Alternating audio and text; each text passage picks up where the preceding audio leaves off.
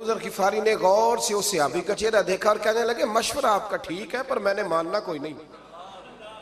مشورہ آپ کا ٹھیک ہے پر میں کوئی نہیں مانوں گا. کہا کیوں؟ فرمانے لگے میں نے ابھی نبی کریم سے وعدہ کیا ہے کہ میں کسی کی پرواہ میں نہیں پرواہ کروں گا کسی کی. ختم ہو گئی بات. مارے جس نے مارنا ہے، دیتا نہ جس نے دینا ہے. ابھی تو وعدہ کیا. یہ کیا بات ہوئی کہ لوگ کہیں گے تو مولوی ہو گیا ہے، لوگ کہیں گے تو غلام ہو گیا ہے، لوگ کہیں گے تو دنیا دار ہو گیا ہے. وہ جی بچے کی شادی پر بینڈ باجا نہ بجایا تو دنیا تانے دے گی. دنیا کون ہوتی ہے؟ کبھی آپ نے یہ سوچا ہے کہ آپ نے دو شخصیتوں کو بیچ میں رکھا تو آپ نے وزن کس کا کیا؟ ایک طرف دنیا، دوسری طرف اللہ رسول کا دین. کبھی سوچا آپ نے کہ وزن کس کا نکلتا ہے؟ اہمیت کس کو دیتے ہو؟ کبھی سوچا ہے؟ غور کیا ہے؟ خدا کے بندو سوچو تو صحیح. ایک طرف دنیا کو رکھا، دوسری طرف اللہ رسول کا دین، اور پھر کہا جی دنیا نہیں مانی تو لہذا میں نے دین پہ عمل نہیں کیا. پتہ ہے آپ نے کیا کیا ہے؟ اللہ قرآن میں کہتا ہے لوگوں نے قدر نہیں کی اپنے رب کی جیسی کہ قدر کرنی چاہیے تھی. عجیب معاملہ ہے نا یار، عجیب. نبی کریم صلی اللہ تعالی علیہ وآلہ وسلم کہ جو مدینے کے لوگ تھے نا، انہوں نے بڑی قربانیاں دی تھی. قربانیاں دی تھی، اپنی جگہ دی. شہر میں یہ مدینہ وہ واحد شہر ہے جو بغیر تلوار کے فتح ہوا ہے. مدینے والوں نے کوئی بحث نہیں کی، انہوں نے گردنیں سیدھی سیدھی حضور کے قدموں پہ رکھ دی. مدینے والوں نے بڑی قربانیاں دی. مکے والے بعد میں مسلمان ہوئے فتح مکہ کے بعد. فتح مکہ کے بعد نا ایک جنگ اور ہوئی، ایک جہاد اور ہوا، تو وہاں سے بہت سارا مال غنیمت آیا، بہت سارا مال غنیمت آیا. اسلام میں حکم ہے کہ جو آدمی نیا نیا کلمہ پڑھتا تھا نا تو اس کے رشتہ دار اسے چھوڑ دیتے تھے، تعلق ٹوٹ جاتا تھا. تو پھر حکم دیا گیا کہ تالیف قلب کرو. مؤلفۃ القلوب ایک پورا عنوان ہے. ان کو مال دو تاکہ وہ گھر بنا لیں، کاروبار کر لیں. تو نبی کریم علیہ السلام نے نا جن لوگوں نے مکے میں تازہ کلمہ پڑھا تھا نا ان کو ذرا مال زیادہ دیا. یہ بخاری مسلم ہے. حضور نے ان کو زیادہ پیسے دیے. مدینے کے جو نوجوان قسم کے لڑکے تھے نا چند، ان میں سے ایک دو نے کہا کہ حضور کے وہ رشتہ دار ہیں نا قریبی، تو رشتہ داروں سے پیار کرنے کا حضور حکم بھی دیتے ہیں، اس لیے نبی پاک نے ذرا توجہ زیادہ فرمائی ہے. وہ بھی عذرائے محبت. جیسے بندہ کہہ دیتا ہے نا کہ ماشاءاللہ اب تو اپنا بیٹا مل گیا ہے، ماشاءاللہ بھائی بھائی بیٹھے ہو اب مل کے. اس طرح عذرائے، سمجھ آ رہی ہے میری بات کی؟ جن لفظوں میں بات بیان کر رہا ہوں ان لفظوں میں سمجھیے گا. محبت کے ساتھ کہا کہ وہ اپنے ہیں نا حضور کے، اس لیے حضور کا دل چاہا ہے، حضور حکم دیتے ہیں کہ اپنوں سے صلہ رحمی کرو، اس لیے نبی پاک نے زیادہ دیا ہے. بس وہ ایک آدھ آدمی نے بات کر دی تو بات چلنے لگی. چلتے چلتے چلتے چلتے نہ وہ بات میرے محبوب تک بھی پہنچ گئی.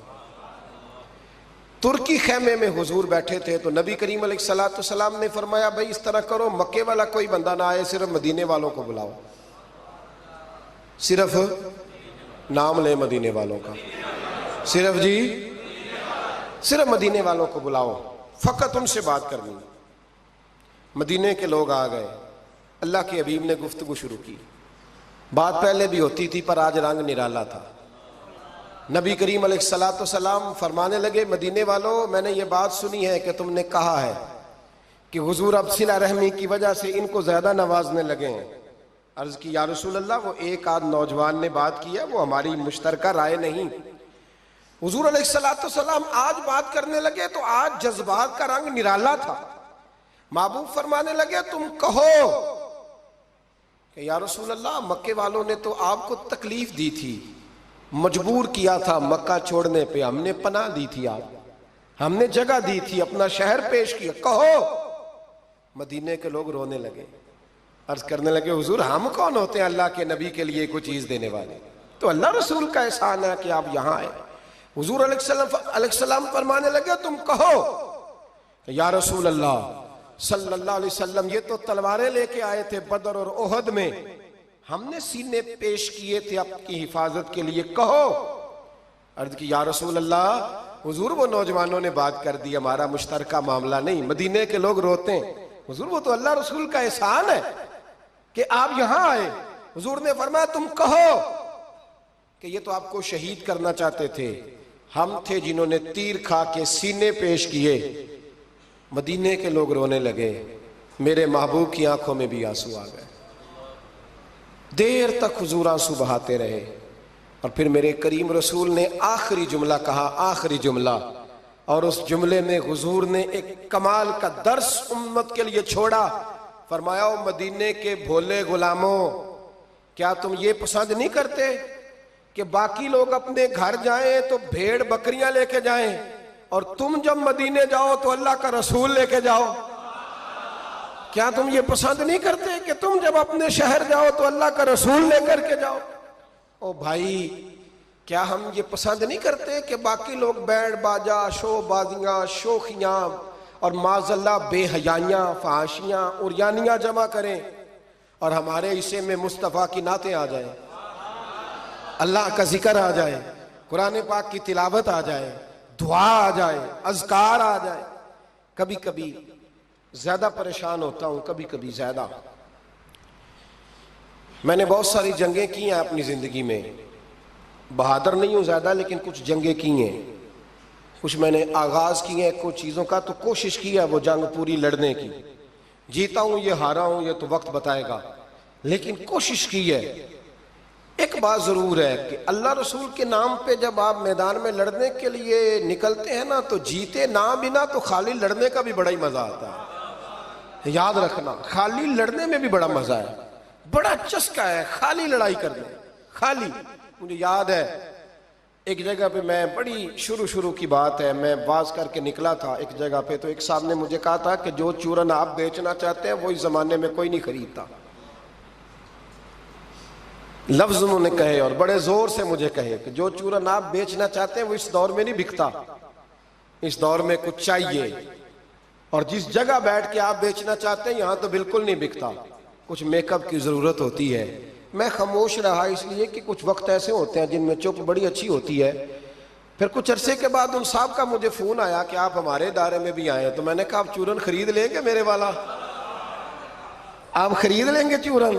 کہنے لگے نہیں، آپ کو بات ابھی تک یاد ہے؟ تو میں نے کہا وہ آپ کی بات نے میرا حوصلہ بڑھایا تھا، آپ میرے محسن ہیں، آپ نے اچھے جملے کہے تھے، اس لیے کہ بعض لوگوں کے جملے اور محنت کرنے کا جذبہ پیدا کرتے ہیں اور توانائی۔ اپنی زندگی میں یہ سمجھ لیں کہ اللہ رسول سے تعلق لگانا ہے تو پھر اس کو انشاءاللہ بول کے بتائیے، نہیں جی آپ کی مہربانی، یہ لفظ آپ کو بولنا ہی پڑے گا، اللہ رسول سے رشتہ لگانا ہے تو پھر اس کو لو، میں سچی گل کرنا کچھ نہیں بولے اجے بھی، میں نے پتہ ہے نا جی، تو آپ اللہ رسول سے تعلق لگانا ہے تو پھر اس کو انشاءاللہ نبھانا ہے اللہ کے فضل سے۔ اور کہا وَلَا تَمُوتُنَّ إِلَّا وَأَنْتُمْ مُسْلِمُونَ، مرتے دم تک مسلمان رہنا، مرتے دم تک۔ حضرت عبداللہ مزنی رضی اللہ تعالیٰ عنہ کے بارے میں حضرت ابو ایوب انصاری فرمایا کرتے تھے کہ لوگوں کو مال اور دولت پر رشک آتا ہے، مجھے اس صحابی کی موت پر رشک آیا، یعنی مرنے کی کیا بات ہے، مجھے مزہ آیا۔ کہا کس طرح؟ فرمانے لگے عصر کے وقت نبی پاک نے انہیں دفن کیا، عصر کے وقت، اور جب ہم دفن سے فارغ ہوئے تو مغرب کا وقت ہو گیا تھا۔ اللہ کے رسول نے ان کی قبر پر پڑھا دعا کیا فرمائی؟ حضور فرمانے لگے اے اللہ، عصر کی نماز تک میں اس سے راضی تھا، عصر کے بعد دفن کیا تو فرمایا عصر کی نماز تک اللہ میں راضی تھا، تو بھی اس سے راضی ہو جا۔ فرماتے مجھے رشک آیا اس شخص کے دنیا پہ جانے پر کہ یہ انداز بھی ہوتا ہے۔ مولا کائنات، شیر خدا، علی المرتضیٰ، کیا بات ہے اس شیر خدا کی بھی۔ کتب حدیث میں سب سے زیادہ فضیلت کی حدیث مولا علی شیر خدا کی ہے، کیا شان پائی ہے، کیا مرتبہ پایا۔ 9 سال عمر تھی جب کلمہ پڑھا تھا، ویسے میرا تو خیال یہ ہے کہ یہ شروع سے کلمہ پڑھتے تھے اس لیے کہ پلے ہی حضور کی گود میں ہے۔ 9 سال کی عمر تھی جب باقاعدہ حضرت علی نے کلمہ پڑھا، 9 سال کی عمر۔ اللہ کے محبوب نے نہ کل صحابہ کو بٹھا کے کہا، اپنے کل رشتہ داروں کو، اہل قریش کو، کہ میں اللہ کا رسول ہوں تو کون کون میرے ساتھ چلے گا؟ کھانا کھانے سارے آ گئے، جب کہا نا تعاون کون کرے گا تو سب چپ کر گئے، جب کہا نا میں اللہ کا رسول ہوں تو پیچھے کون چلے گا؟ آگے لگ کے چلنا بھی آسان ہوتا ہے، ساتھ مل کے چلنا بھی آسان ہوتا ہے، مشکل ہوتا ہے پیچھے پیچھے چلنا، وہ مشکل ہوتا ہے، وہ نہیں لوگ چل پاتے۔ کون پیچھے چلے گا؟ میں اللہ کا نبی ہوں۔ تو سانپ سون گیا، لوگ خاموش ہو گئے۔ تو حضرت علی کہتے ہیں میں چھوٹا تھا، قد بھی میرا چھوٹا تھا، عمر 9 سال تھی، کھجور کھا رہا تھا، کرتا لمبا پہنا تھا۔ جب کوئی نہ بولا تو حضرت علی کہتے ہیں میں نے پوری کھجور بھی نہیں کھائی، ابھی منہ میں تھی، باقی کی میں نے ویسے ہی ساری نکال لی، بعد میں کھا لوں گا۔ اور وہ کھجور میں نے جیب میں ڈال لی کہ دیر نہ ہو جائے۔ اور آپ فرماتے ہیں میں پنجوں کے بل کھڑا ہو گیا اور میں نے دونوں بازو کھڑے کر کے کہا یا رسول اللہ یہ نہیں نہ بولتے، ابو لہب، عتبہ، عتیبہ، شعبہ، ابو سفیان نہیں نہ بولتے تو نہ بولے۔ حضور آپ پریشان نہ ہو، انا حافظو کا یا رسول اللہ، انا ناصرو کا یا رسول اللہ۔ حضور میں ہر دشمن کے مقابلے میں آپ کی حفاظت کروں گا، دین کے ہر کام میں آپ کی مدد کروں گا۔ کہاں حضرت علی نے دوستی لگائی؟ کہاں 9 سال کی عمر میں کہاں دوستی؟ پانی پرن سہیلیاں، رنگا رنگ کڑے پر پریا اس دا جانیے جس دا۔ تو حضور میں اور پھر حضرت علی ہر میدان میں آپ کو نظر آئیں، ہر میں، بدر میں بھی مولا علی، احد میں بھی مولا علی، خندق میں بھی مولا علی۔ خیبر والے دن آنکھیں دکھتی تھیں پر میرے حبیب نے فرمایا اسے بلاؤ، جھنڈا بھی اسے ہی دینا ہے اور فتح بھی اللہ اسی کے ہاتھ پہ عطا فرمائے گا۔ یعنی تکلیف بھی تھی، آنکھیں دکھتی تھیں، حضرت علی بظاہر بیمار تھے، لیکن حضور نے فرمایا چونکہ انہوں نے وعدہ کیا ہے وہی آئیں گے، میدان میں نکلیں گے۔ ہر صحابی شان والے، حضرت ابوبکر صدیق کے مقام کو کون پہنچ سکتا ہے؟ جناب عمر، جناب عثمان، طلحہ و زبیر، ہر ایک کی کیا بات ہے۔ لیکن میرے نبی کریم علیہ الصلوۃ والسلام نے ہر میدان میں انہیں یاد کیا اور وہ ہر میدان میں پہلی صف میں نظر آئے۔ 63 سال عمر تھی حضرت علی کی، کوفے کے بازار سے گزر رہے تھے، ایک کافر نے آ کے خنجر مارا اور جناب علی المرتضیٰ شیر خدا کی داڑھی سے جب خون نکلا نا، وہ 9 سال کی عمر میں وعدہ کیا تھا کہ میں دین کا مددگار بنوں گا، اور جب 63 سال کی عمر میں زخم لگا کوفے کی گلی میں تو جناب علی نے اپنا خون دیکھا، اور جب زمین پہ گر رہے تھے تو پتہ کیا کہہ رہے تھے؟ فزت برب الکعبہ، لوگو رب کعبہ کی قسم میں کامیاب ہو گیا، میں نے آج اپنا وعدہ نبھا دیا، لے سجنا اسا توڑ نبھائی، لے سجنا اسا توڑ نبھائی تے جان دتی راہ تیرے، ختم ہو گئی بات، لے او سجنا اسا توڑ نبھائی۔ عشق لگا سی کھیڈاں کھیڑ دی لو تے پھر مینوں کھیڈاں بھول گئیاں، میں کجل پایا سی یار دے ویکھنے، پھر وہ دی یاد وچ روندیاں ہی ڈول گئیاں تے حیدر شاہ اس گلی کدے بھی نہ رول دی، پر ہن تے رول گئیاں تے بلے شاہ دی ہو جانے، سانو اپنی توڑ نبھا لیندے۔ عزیزو یاد رکھو اللہ رسول سے رشتہ نا ہر لمحہ نبھاؤ۔ میں نے جمعے والے دن بھی کہا تھا کہ مجھے سمجھ نہیں آتی کہ شب برات کو لوگ رو رو کے دعا مانگتے ہیں۔ میں نے معراج شریف کی رات زیادہ دعا نہیں منگائی۔ میں کہتا ہوں کہ اتنا مسلمان ساری رات رو رو کے دعا مانگتا ہے تو سویرے کرپشن تو پھر بھی نہیں ختم ہوتی۔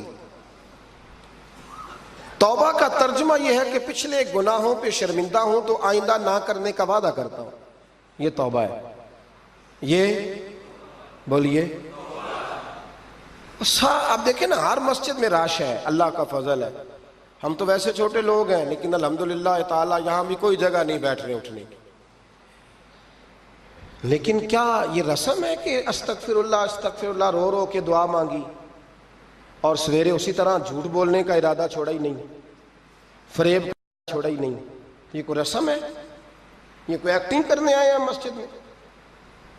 ایک دستک دے رہا ہوں، آپ کو سمجھا رہا ہوں۔ توبہ کا مطلب یہ ہے کہ آج کے بعد جھوٹ نہیں بولوں گا، آج کے بعد غیبت نہیں کروں گا، آج کے بعد حرام نہیں کھاؤں گا، کسی مسلمان کو تکلیف نہیں دوں گا، ماں باپ کو نہیں ستاؤں گا، کسی کی عزت کو نہیں اچھالوں گا۔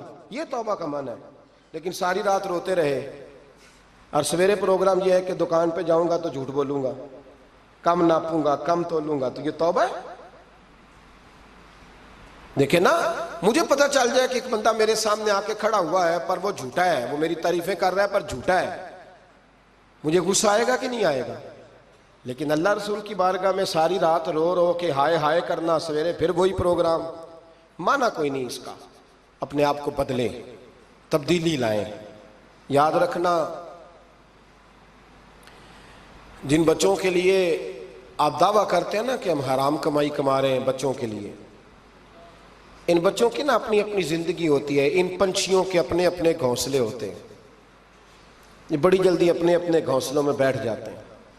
میں نے بچے میٹنگیں کرتے دیکھے ہیں کہ ابا کس کے گھر رہے گا، میں نے آنکھوں سے دیکھے، میں نے میٹنگیں کرتے اور میں نے بچوں کو یہ کہتے سنا ہے کہ اماں جی چھوٹے کے گھر رہتی ہے، خرچہ میں دیتا ہوں۔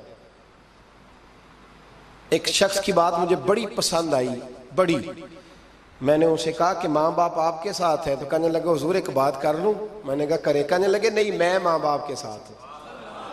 بڑی پسند آئی، سادہ آدمی تھا پر کمال کر گیا، کہنے لگا وہ نہیں میرے ساتھ بلکہ بولیے میں ان کے ساتھ ہوں، میں ان کے گھر میں رہتا ہوں۔ کہتے نہیں لوگ کہ اماں میرے گھر رہتی، اماں تیرے گھر یعنی تو کون ہے؟ ابا میرے گھر رہتے، مطلب آپ کون ہے جناب؟ اوپر سے گرے تھے آپ؟ ابا آپ کے گھر رہتا ہے؟ یاد رکھو، ان بچوں کے اپنے اپنے گھونسلے انہوں نے تیاری کی ہوئی ہے۔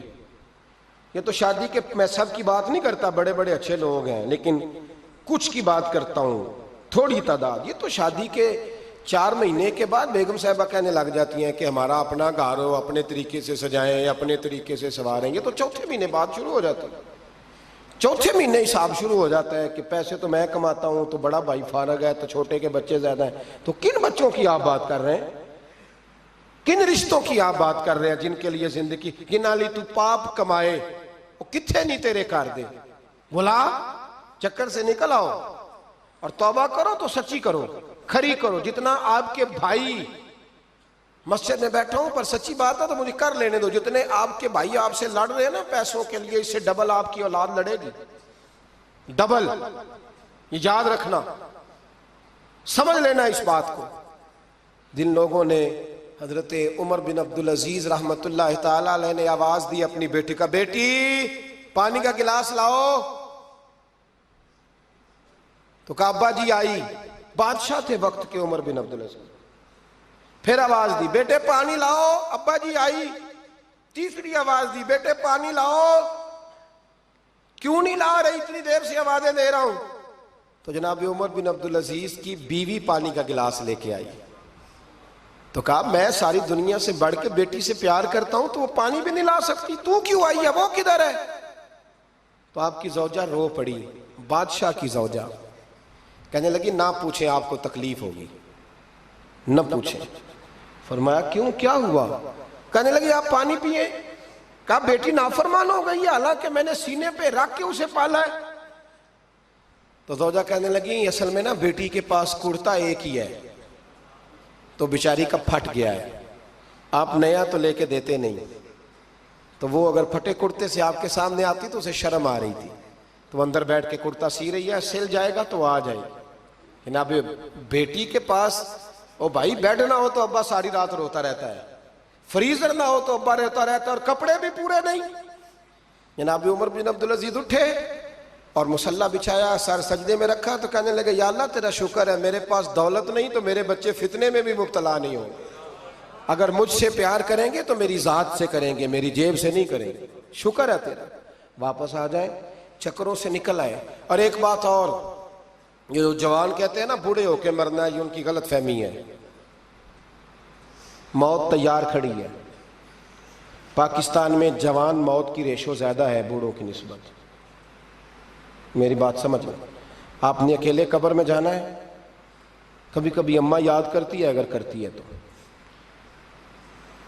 حضرت علی شیر خدا فرمایا کرتے تھے تیرے یار اور یار بنا لیں گے، تیری بیوی اور نکاح کر لے گی، تیرے بچے اپنے اپنے گھونسلوں میں بیٹھ جائیں گے، قبر تیری ہے اور اسے آباد بھی تیرے اعمال نے کرنا ہے۔ زندگی خراب نہ کریں، اپنے معاملات پہ توجہ کریں، اپنے آپ کو صحیح کریں۔ مشورہ دے رہا ہوں آپ کو رمضان المبارک سے، آج میں نے اپنے پیر بھائیوں کو بلا کے کہا ہے اسپیشل، میں نے کہا ہے کہ ابھی سے جنہوں نے کپڑے خریدنے ہیں وہ بھی رمضان سے پہلے خرید لو، جنہوں نے سلائی کرانے ہیں وہ بھی پہلے کرا لو، لین دین کے معاملات پہلے سمیٹ لو۔ رمضان اللہ کی رحمت حاصل کرنے کا ذریعہ ہے، اس میں بازاروں کے چکر کم کرو، اس میں مسجدوں کے چکر بڑھاؤ۔ کوئی تو ایک مہینہ ایسا ہو جو اللہ رسول کے نام ہو، تو ابھی سے تیاری کریں، پہلے قبل از وقت ابھی سے تیاری کریں، قبل از وقت تیاری کریں، جد و جہد کریں، اور کچھ نہ کچھ دین کے لیے بھی کرنے کی کوشش کریں۔ آپ کی ذمہ داری فقط آپ کی ذات نہیں، آپ کی ذمہ داری فقط آپ کے بچے نہیں، آپ کی ذمہ داری دین بھی ہے۔ دین کا کام کس نے کرنا ہے؟ دین کس کے ذمہ لگا ہے؟ مولوی صاحب کے، پیر صاحب کے، خطیب کے، یا نعت خواں کے؟ دین کس کی ذمہ داری ہے؟ نبی کریم علیہ السلام نے جس چیز کو سینے سے لگا کے رکھا ہے نا، وہ دین ہے۔ صبح سے لے کر شام تک اللہ کے رسول جو منصوبہ بندی کرتے تھے وہ دین کے لیے کرتے تھے، دین کے لیے۔ نعرہ لگانا آسان ہے، تاجدار ختم نبوت، نعرہ لگاتے ہو نا، لیکن یہ نعرہ لگاتے پتہ ہے ذمہ داری کتنی بڑھ جاتی ہے کہ اب دین کا کام جی ہم مسلمانوں نے کرنا ہے، اس لیے کہ حضور آخری نبی ہیں۔ اب دین کا کام کون کرے گا؟ نبی پاک کی تو امت کو تو روٹی روزی سے فرصت نہیں، امت تو بڑا پہاڑ سر کر رہی ہے، سویرے کام پہ جاتی ہے، شام کو واپس آتی ہے، روزی کماتی ہے، بڑا مشکل ہے۔ اور بھائی دین میری اور آپ کی ذمہ داری کا حصہ ہے۔ پوری دنیا میں جو چیز سب سے زیادہ کمزور ہے وہ دین ہے۔ ڈر ڈر کے لوگ دین کی بات کرتے ہیں، ڈر ڈر کے۔ آپ کو پتہ ہے کہ 7 جگہوں پہ درخواست دینی پڑتی ہے محفل کرانے کے لیے، 7 جگہوں پہ۔ میں کیا بتاؤں کہ کس طرح کر کے لوگ تو دیکھتے ہیں پھولوں کے ہار گلے میں پڑ رہے ہیں اور بڑے نعرے لگ رہے ہیں، آپ کو کیا بتائیں کہ کس جگہ کیا پیغامات ملتے ہیں کہ یہ تقریر نہ کریں تو وہ تقریر نہ کریں تو یہ نہ کریں۔